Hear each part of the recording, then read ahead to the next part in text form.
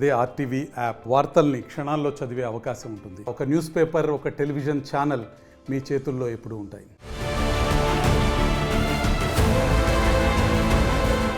నమస్తే. మహారాష్ట్ర ఎన్నికల్లో ఎవరు గెలవబోతున్నారు? పరిస్థితులు ఎవరికి అనుకూలంగా ఉన్నాయి? మరి బీజేపీ సారథ్యంలోని మహాయుతి కూటమి హ్యాట్రిక్ కొడుతుందా, లేక కాంగ్రెస్ నాయకత్వంలోని మహావికాస్ అఘాడీ గెలుస్తుందా? ఆ విషయం చెప్పే ముందు అక్కడి తాజా రాజకీయ పరిస్థితి ఏమిటో చూద్దాం.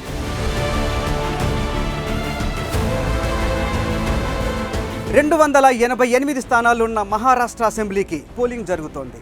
మ్యాజిక్ మార్క్ 145ను ఎవరు అందుకోబోతున్నారనే చర్చ ఇప్పుడు బాగా నడుస్తోంది. ఈ ఎన్నికల్లో పోటీ పడుతున్నది 2 పార్టీలు కాదు, 2 కూటములు. 2014, 2019లో బీజేపీ నాయకత్వంలోని కూటమి గెలిచింది.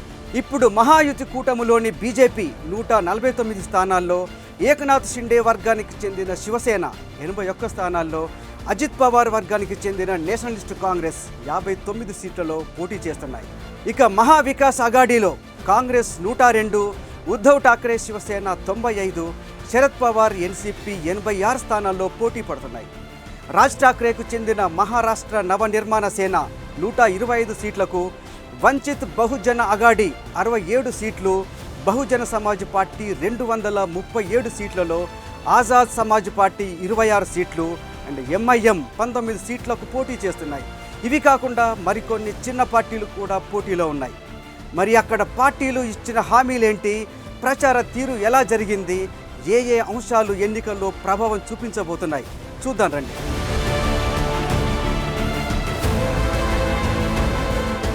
తెలంగాణ అసెంబ్లీ ఎన్నికల్లో 6 గ్యారంటీలు ఇచ్చిన కాంగ్రెస్ మహారాష్ట్రలో మాత్రం 5 గ్యారంటీలతోనే సరిపెట్టింది.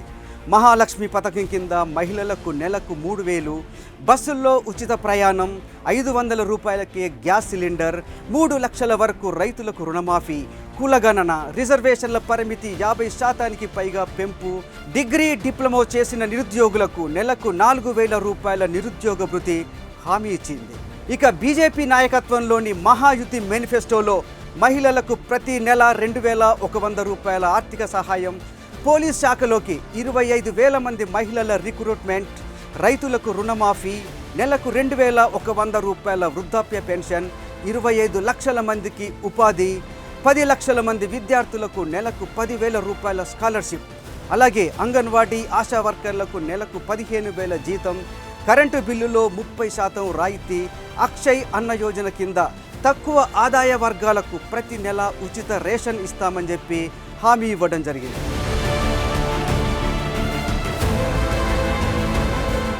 రెండు కూటములు కూడా జనాన్ని ఆకట్టుకునే మేనిఫెస్టోల్ని రిలీజ్ చేశాయి. ఇక్కడ ప్రచారంలో ప్రధాని మోడీ, అమిత్ షా సహా బీజేపీ జాతీయ నాయకులు, ముఖ్యమంత్రులు పాల్గొన్నారు. కాంగ్రెస్ తరపున మల్లికార్జున ఖర్గే, రాహుల్ గాంధీ, ప్రియాంకతో పాటు ముఖ్యమంత్రులు కూడా క్యాంపెయిన్ చేశారు.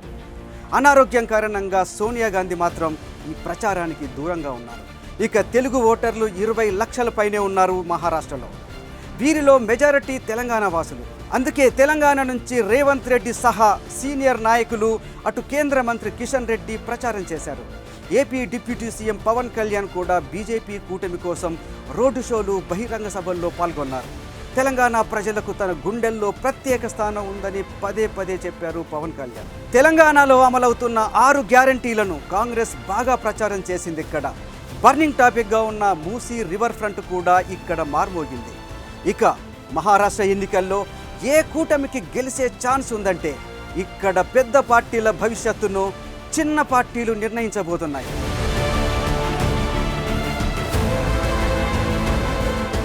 గెలుపోటములను ఎంఐఎం, మహారాష్ట్ర నవనిర్మాణ సేన, వంచిత్ బహుజన్ అఘాడీ, బీఎస్పీ, ఏఎస్పీ, ఇతర మరాఠా గ్రూపులు డిసైడ్ చేయబోతున్నాయి. చిన్న పార్టీలు, ఇండిపెండెంట్లు కలిపి మహారాష్ట్రలో 30 స్థానాలు గెలిచే ఛాన్స్ ఉంది. ఒకవేళ హంగ్ గాని వస్తే వీరే కింగ్ మేకర్లు అవుతారు. గత ఎన్నికల్లో కూడా ఈ పార్టీల నుంచి 29 మంది గెలిచారు. మరో 63 సీట్లలో ఈ చిన్న పార్టీల నాయకులే సెకండ్ ప్లేస్లో నిలిచారు. అయితే ఇక్కడ మహావికాస్ అఘాడీ గెలుపు అవకాశాలను ఎంఎన్ఎస్ తీవ్రంగా దెబ్బతీయబోతోంది. 125 స్థానాల్లో పోటీ చేస్తున్న ఈ పార్టీ ముంబై, దాని పరిసర ప్రాంతాల్లో చాలా బలంగా ఉంది. ఒక్క ముంబైలోనే 25 సీట్లకు పోటీ పడుతోంది ఎంఎన్ఎస్. ఠాకరే కుటుంబం నుంచి అటు ఉద్ధవ్ ఠాకరే ఇటు రాజ్ ఠాకరే పోటీలో ఉండటం వల్ల శివసేన ఓట్లు చీలిపోయే ఛాన్స్ ఉంది. దీనివల్ల మహా వికాస్ అఘాడీ దెబ్బతినే ప్రమాదం కనిపిస్తోంది.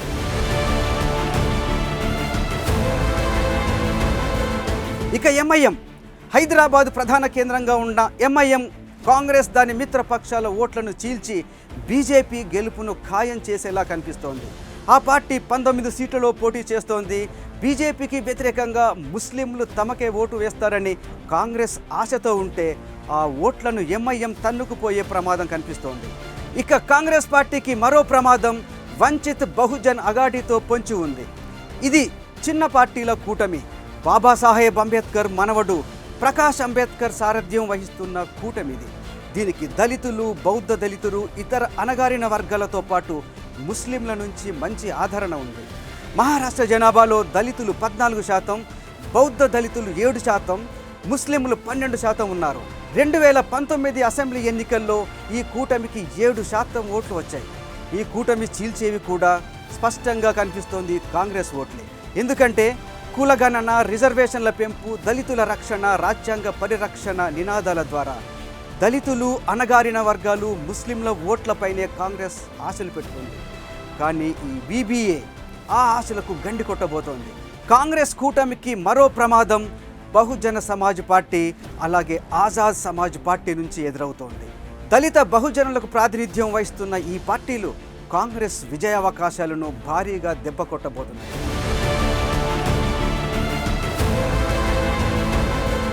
అయితే ఇక్కడ బీజేపీకి కూడా ప్రమాదం పొంచి ఉంది.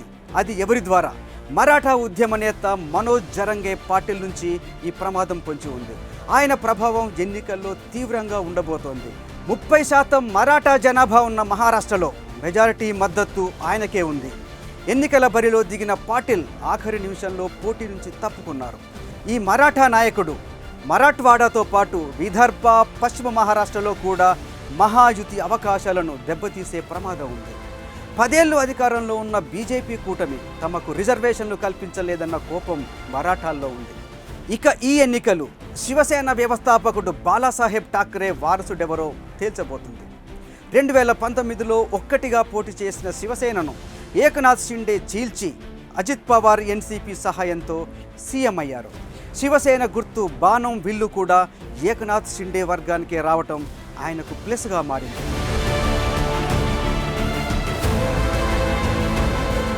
ఈ ఎన్నికలు నేషనలిస్ట్ కాంగ్రెస్ పార్టీకి అసలైన వారసులు ఎవరో కూడా తేల్చబోతున్నాయి. శరద్ పవార్, ఆయన అన్న కొడుకు అజిత్ పవార్కు మధ్య గత ఎన్నికల తర్వాత పార్టీ చీలిపోయింది. ఈ ఎన్నికల్లో అజిత్ పవార్ వర్గం తీవ్రంగా దెబ్బతిని శరద్ పవార్ అసలైన మరాఠా నాయకుడిగా నిలిచే అవకాశం కనిపిస్తుంది.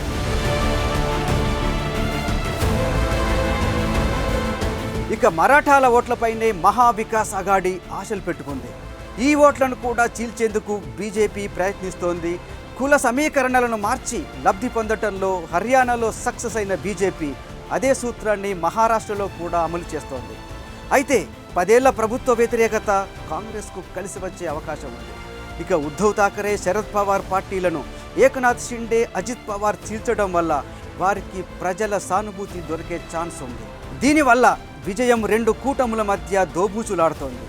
పోలింగ్ సరళి చూస్తే విజయావకాశాలపై మరింత క్లారిటీ వస్తుంది. చూస్తూనే ఉండండి ఆర్టీవీ.